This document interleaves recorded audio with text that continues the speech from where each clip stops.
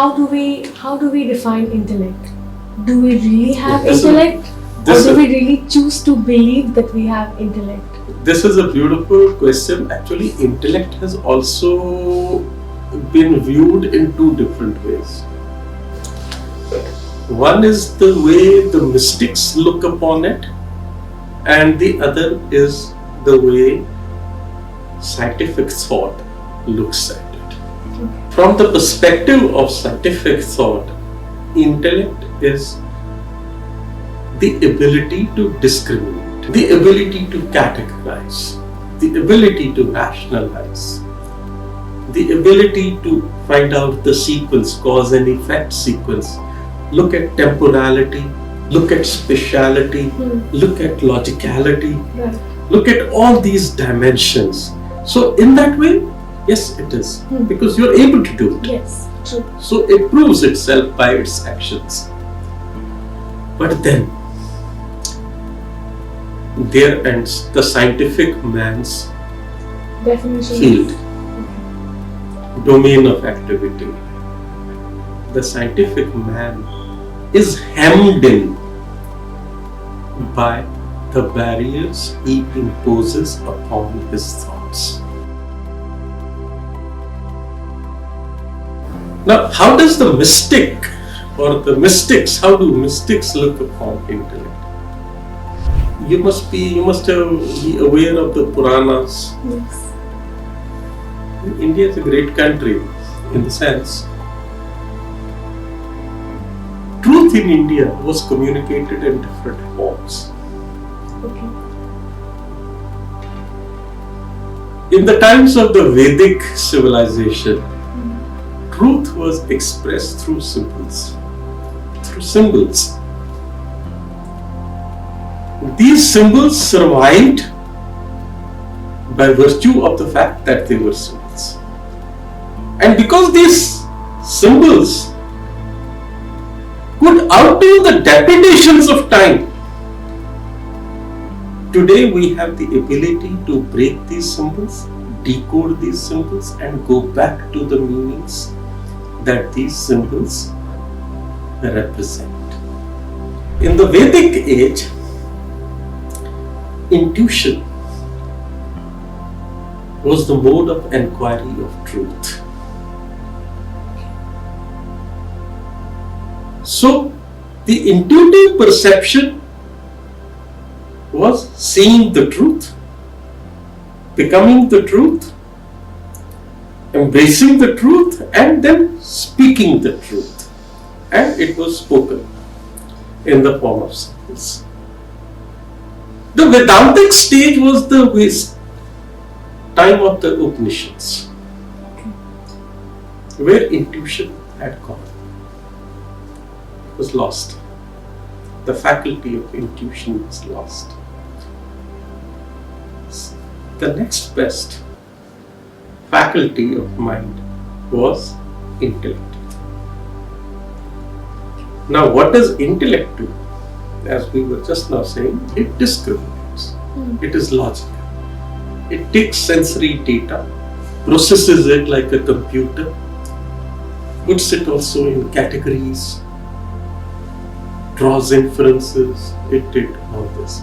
And this is exactly, that is why in the Upanishadic age, you have most of the texts, whether it is Kathopanishad, Mundakopanishad, all these Upanishads, they are in the Q&A format.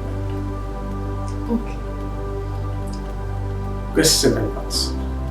A person has a question, a person has the answer. So, out of the answer, a new question emerges that is again thrown at the person giving answers. In this way, the dialogue continues. In later times, men lost the ability to reason out also.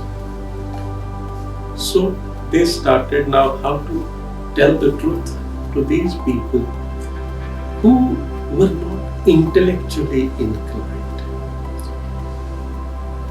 So the mode of statement of truth that was evolved was that of fiction, story.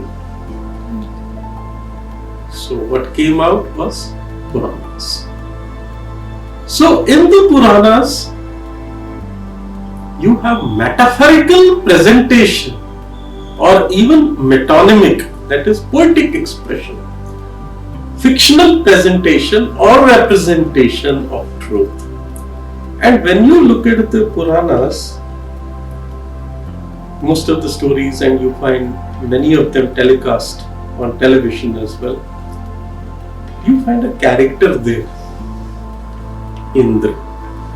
This character Indra is a very interesting character in Puranas. He is the king of Indralok. He is the lord of all the devs. Marut, Agni, everyone is under him. Despite that, he always suffers from a sense of insecurity.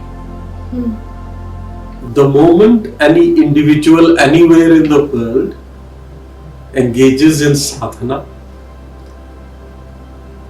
and liberates himself from the world of being, the sensory world, the right hand side of the equation, transcends into zero consciousness, and because zero is the summum bonum of life, he becomes powerful, becomes infinite consciousness, acquires that power.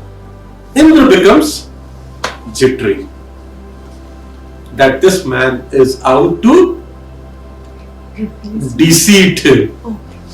He will take his seat. He is always insecure. And Indralok begins to feel upset. Everything is chariot and not chariot, his seat, throne begins to rock. Okay. The whole lok begins to rock. Seems to be very funny and seems to be very entertaining and amusing. But if you go beyond the text into the subtext, you find that Indra is a symbolic presentation of intellect. Anyone can be Indra by virtue of acquiring pure intelligence. Indra is the representative of supra-consciousness, that transcendental consciousness. And Indra is the bridge between zero consciousness or Satchidanand state of being, Sat Chit Anand, truth conscious energy, and bliss is a bridge between that and the manifest world, the world of duality, opposite duality. He is a bridge, he is the connector. Because he is the Lord of luminous intelligence, pure intelligence. But this pure intelligence many times gets clouded. When it comes under, because he is between the two, he is negotiating. It's like we say a broker should not be trusted. Why? A mediator.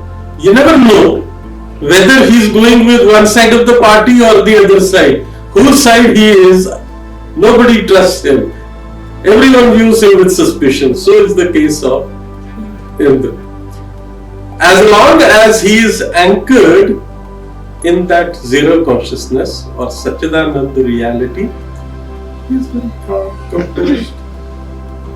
He doesn't feel any threat. But the moment he loses touch with that, he acquires the characteristics of the lower world, the world of duality. And when he sees somebody acquiring power beyond the sensory world, and going into the zero conscious state, he feels hope. He's going to lose this man is now going to occupy his position and he becomes insecure.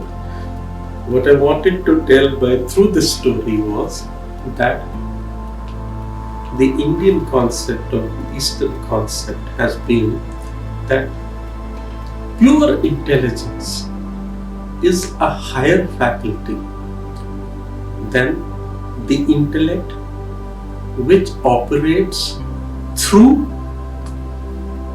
the processing of sensory information.